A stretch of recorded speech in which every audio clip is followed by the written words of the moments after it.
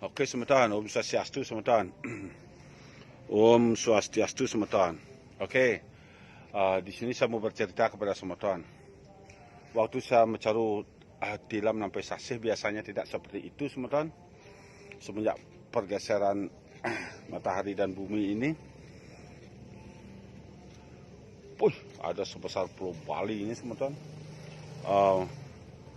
Energi kekuatan api, kalau kita boleh dikatakan itu lihat barak semeton, saking runtuhnya yang mantuk umpayangan manusia tanpa ada penyucian jiwatmanya untuk mengangkat sang paramatmanya, itu sudah menjadi kekuatan buta, itu sudah jadi kekuatan penggempur. Makanya manusia yang tidak pernah menyupat panca mahabutanya dan yang tidak bisa menjaga tubuhnya, jadinya yang mantuk umpayangannya runtuh. Karena manusia tidak semua kelahirannya dari sangkan parantumadi, tidak semua manusia kelahiran dari swarga Cita. Banyak yang juga kelahiran dari neraka Cita. Ada yang dari kawah, ada dari Cetuspata, dari Penglarungan, ada dari Tegal Penasaran. Nah itulah, sekarang dia berjanji untuk hidup, untuk lahir. Sekarang dia akan berjanji mengangkat dewanya supaya bisa munggah menjadi dewa. Tapi setelah dia hidup sekarang, apa janjinya sebelum kelahirannya itu dia lupakan semua. Jadinya sekarang menjadilah energi buruk, energi bencana, karena banyak dewa yang mantuk umpayangan manusia itu runtuh. Kemana manusia itu datang, kemana dia diikuti sama yang mantuk umpayangannya di atasnya. Makanya kan sering ada rulet, ada setan, ada gini, ada roh, ada gini. Pada itu yang mantuk umpayangan dirinya itu yang runtuh jadi buta kala, jadi samar, jadi setan. Itulah karena manusia diajarkan dengan kepalsuan dari sebelumnya, itu semua dipalsukan untuk menyenangkan hati umat manusia. Jadinya manusia dengan seenaknya hanya berserah pada Tuhan, padahal dia bagian dari tubuhnya itu adalah Tuhan, yaitu sang jiwatmanya itu. Karena manusia memegang peranan untuk melakukan penyupatan penyeimbangannya, tapi manusia tidak berbuat. Jadinya sang Paramatma, napasnya alam semesta mengikuti dirinya, sehingga terjadi kehancuran peleburan. Kenapa dulu tidak terjadi begitu? Kenapa sekarang? Karena sekarang semakin banyak manusia hidup, semakin banyak manusia tumbuh, dan semakin banyak tempat-tempat kemaksiatan yang dibangkitkan. Dan sehingga mudah manusia berbuat maksiat, jadinya bencana pun lebih cepat terjadi. Kalau dulu tempat-tempat maksiat tidak banyak, hanya 1, 2, 3, masih ada keseimbangan. Sekarang kecil, ada keseimbangan untuk melakukan kebaikan-kebaikan. Nah itulah jadinya kemarin waktu saya mencari dalam sasih kepitu, sampai sasih kepitu tebal sekali, berat sekali, datang gitu. Makanya kita sebagai spiritual kita harus bisa mendeteksi energi buta, kalau energi dewa.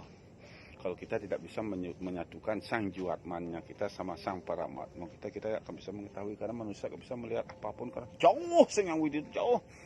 Gak bisa dilihat, gak bisa disentuh, gak dipikirkan juga gak bisa kalau gak berbuat. Karena saya membangkitkan sabda petala siwoloko, jadinya dari situ saya mengetahui, dituntun untuk tahu tentang itu, untuk menyelamatkan beberapa keseimbangan bumi ini supaya seimbang dan tidak hancur semuanya. Begitu saya sampaikan kepada semuanya. Ini saya hujan angin pun saya datang.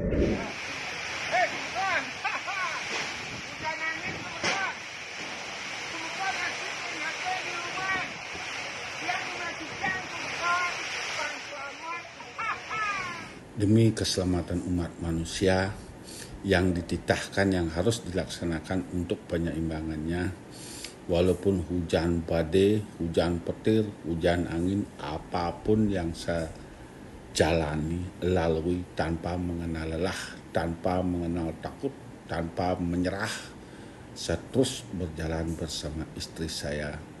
Begitu saya sampaikan kepada semuanya biar tidak mudah nyinyir suksema. Waktu tilam tanggal 23 sampai sasih kepitu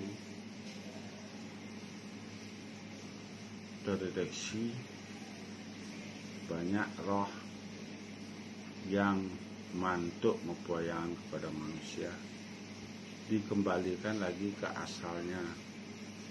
Karena manusia tidak semua kelahirannya dari swarga loka, dari sangkan parantumadi.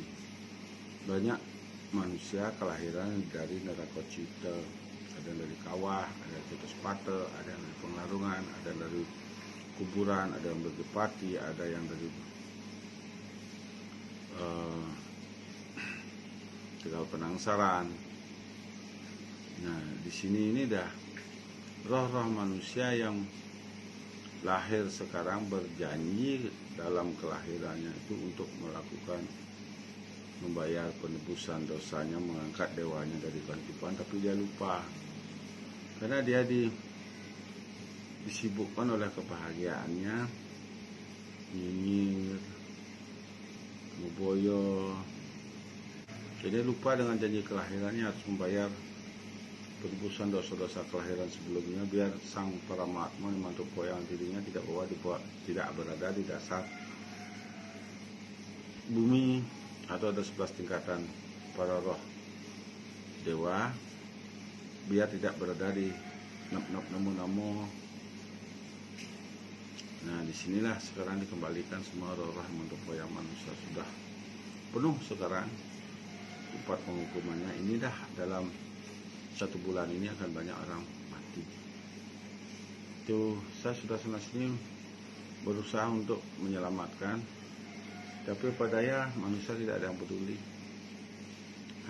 Manusia hanya berwacana, berkomentar, main HP, tapi tidak melakukan perbuatan apa-apa. Duduk manis di rumah sambil tidur, hanya berkomentar saja, membaca bacaannya, tanpa bisa dia membuktikan.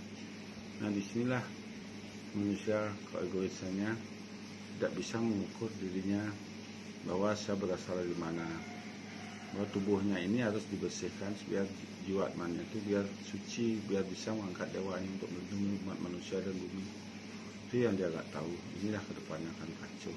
Dan teman-teman, siap-siap aja ya tetap pasang dupo sudah malahnya biar selamat rumahnya dan keluarganya. Karena dupo sudah malah itu yaitu